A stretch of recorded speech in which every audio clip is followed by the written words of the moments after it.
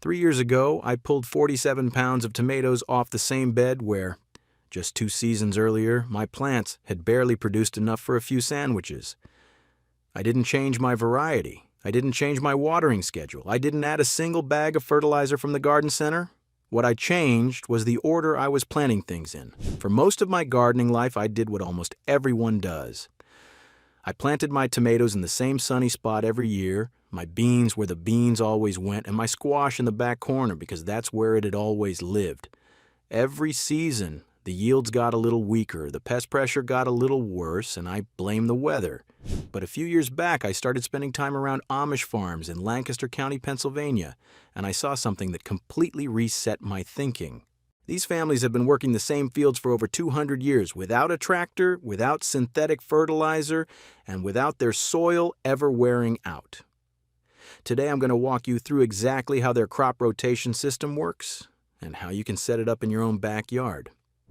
And stick around to the end because I'll share a simple Amish trick involving a single cover crop that can reset a tired garden bed in one season.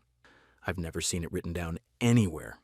Now, I'll be honest with you, when I first heard the Amish in Lancaster County rotated their crops on a strict 4-year cycle, my first reaction was that I already did that. I moved my tomatoes around. I switched my beans to a new bed every year or two. I figured I was covered. But sitting at a kitchen table with an Amish farmer named Daniel, drinking coffee while he sketched his rotation map on a piece of paper, I realized I'd been doing it almost completely backward. I wasn't rotating by plant family. I wasn't rotating by what each crop took out of the soil and what the next crop put back. I was just shuffling plants around. If you've been doing what I was doing, you're not alone. Almost everyone I've taught this to was making the same mistake. The Amish have a guiding idea called Gelassenheit, which roughly translates to yielding to the natural order, working within God's design rather than overriding it. I'm not here to preach, but here's why it matters in practical terms.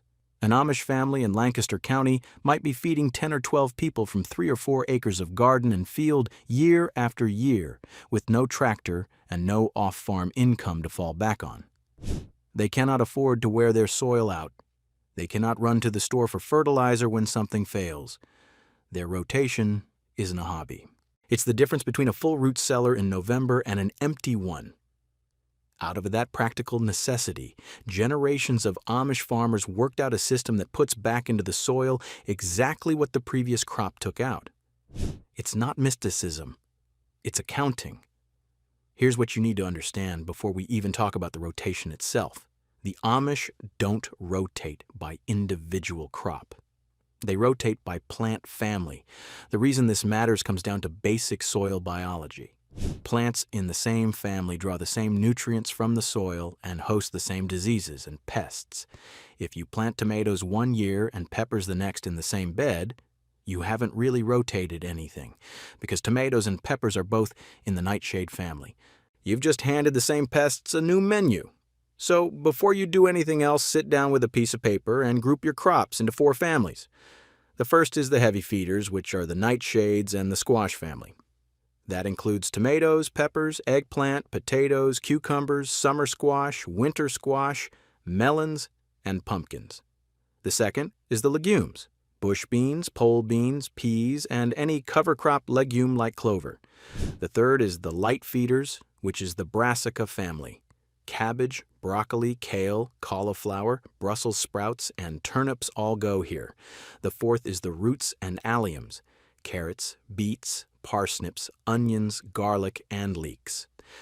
Once you've grouped your crops, the rotation almost designs itself. Now let me show you exactly how the Amish run the 4-year cycle. Divide your garden into 4 roughly equal sections.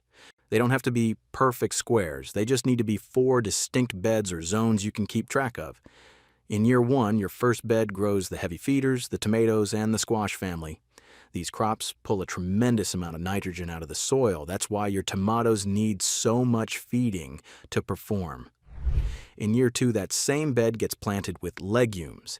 Beans and peas have a relationship with bacteria in their roots that pulls nitrogen out of the air and fixes it back into the soil. The reason this works comes down to chemistry. When the bean plants finish, you cut them at the soil line and leave the roots in the ground. Those roots are loaded with nitrogen nodules, and as they break down, they restore exactly what the tomatoes drained the year before. In year 3, that bed grows the brassicas. Cabbage and broccoli are heavy nitrogen users themselves, but they're now planted into soil the legumes restocked. They thrive on it. In year 4, that same bed grows roots and alliums. Carrots and onions are light feeders that don't need rich soil. In fact, too much nitrogen makes carrots grow forked and onions grow weak. After 3 seasons of feeding, the bed needs a year of pulling back, and roots are exactly the crop for it. Then you start the cycle over. Heavy feeder, legume, brassica, root.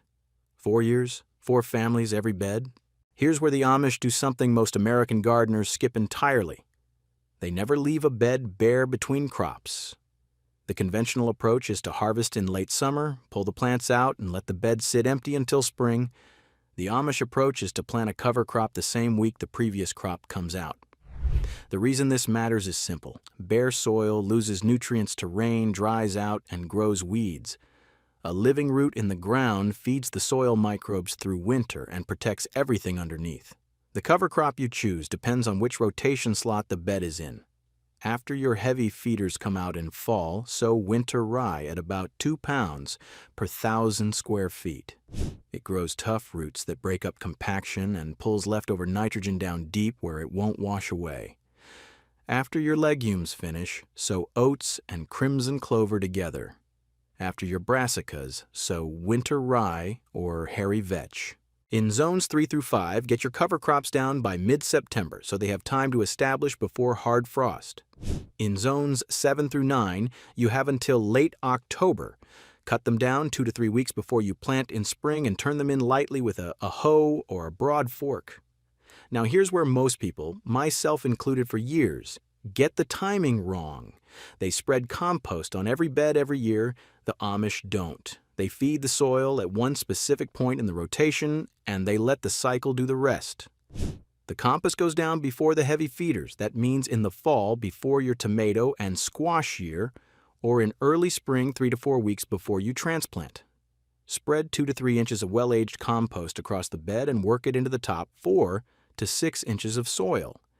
If you can get aged horse or cow manure mixed in, even better. The Amish compost their manure over a full winter, often turning it twice before it ever touches a garden bed. You don't add compost before the legume year because legumes don't want rich soil. Too much nitrogen, and they grow leaves instead of pods, and they stop fixing nitrogen because they don't have to. You don't add it before the root year either for the same reason carrots fork in rich ground. One feeding in the right slot every 4 years per bed. That's the system. If you're picking up what I'm putting down and you want more of these deep dives into how traditional cultures work the soil, hit that subscribe button. I've got a lot more of these coming, including a full breakdown of Amish seed-saving practices in the next one. All right, let's keep going. This next step sounds almost too boring to matter, and it's the one that actually holds the whole system together. Every Amish farmer I've spent time with keeps a written rotation map. Daniel showed me his, and it went back 43 years. 3 generations of his family had logged what was planted where, what the yields looked like, what the weather did, and any pest problems that showed up. Without a written record, you will forget. I forgot. After 2 seasons, I couldn't remember whether bed 3 had grown brassicas or roots the year before, and I broke my own rotation without realizing it. Don't trust your memory. Get a simple notebook. At the front, draw a map of your beds and number them 1 through 4. Each spring, write down what you planted in each bed, when you planted it, what cover crop went in afterward, and how the bed performed. That's all. 5 minutes a week during the season. After 3 or 4 years, you'll have something more valuable than any gardening book on your shelf because it's specific to your soil, your climate, and your hands. Let me share a few patterns I see all the time. No judgment. I did every one of these myself. The first pattern is rotating by individual crop instead of by family. Moving your tomatoes to where your peppers were last year isn't rotation. They're the same family. They want the same things and host the same diseases. The Amish rotate by family, not by the name on the seed packet. The second pattern is leaving beds bare over winter. Every week of bare soil is a week of nutrient loss, erosion, and weed seeds settling in. The Amish never let a bed sit naked from October to April. Something is always growing, even if it's just rye 6 inches tall. The third pattern is feeding every bed every year. I used to top dress everything with compost each spring because I figured more was always better. It isn't. Feeding light feeders the way you feed tomatoes wastes compost and weakens the crop. The Amish feed the rotation, not the bed. The fourth pattern is trusting your memory. 2 seasons in and you'll be guessing. The Amish wrote it down for 200 years for a reason. The notebook is part of the system, not a separate hobby. Now here's the technique I promised at the start. I picked this up from an Amish woman named Sarah in Holmes County, Ohio, and I haven't seen it written down in any gardening guide.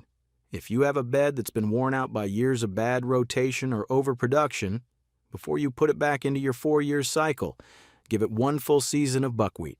Just buckwheat. Sow it thick at about 3 pounds per 1,000 square feet in late spring once the soil is warmed. When it flowers, around 30 days in, mow it down with a string trimmer and let it lie right there on the surface. Then, sow another round of buckwheat on top of the first. Do this twice in 1 season. Buckwheat unlocks phosphorus that other plants can't reach, smothers weeds completely, and feeds soil fungi that almost no other cover crop supports. After 1 summer of buckwheat, that bed will be ready to start the rotation over from the beginning. It's the cheapest soil reset I've ever found. If this changed how you think about rotating your garden, I'd love to hear about it in the comments. Tell me what your current rotation looks like and where you think you might tighten it up. And if you want more of these deep dives into traditional growing wisdom from cultures that have been doing this a lot longer than most of us, hit subscribe so the next one finds you. 3 years ago, I was pulling a handful of sandwich tomatoes out of a bed I'd worn down without realizing it. Now that same bed feeds my family all summer long. The soil remembers what you do to it. Treat it the way the Amish treat theirs, and it'll feed you for decades. Thanks for spending time with me today. I'll see you in the next one.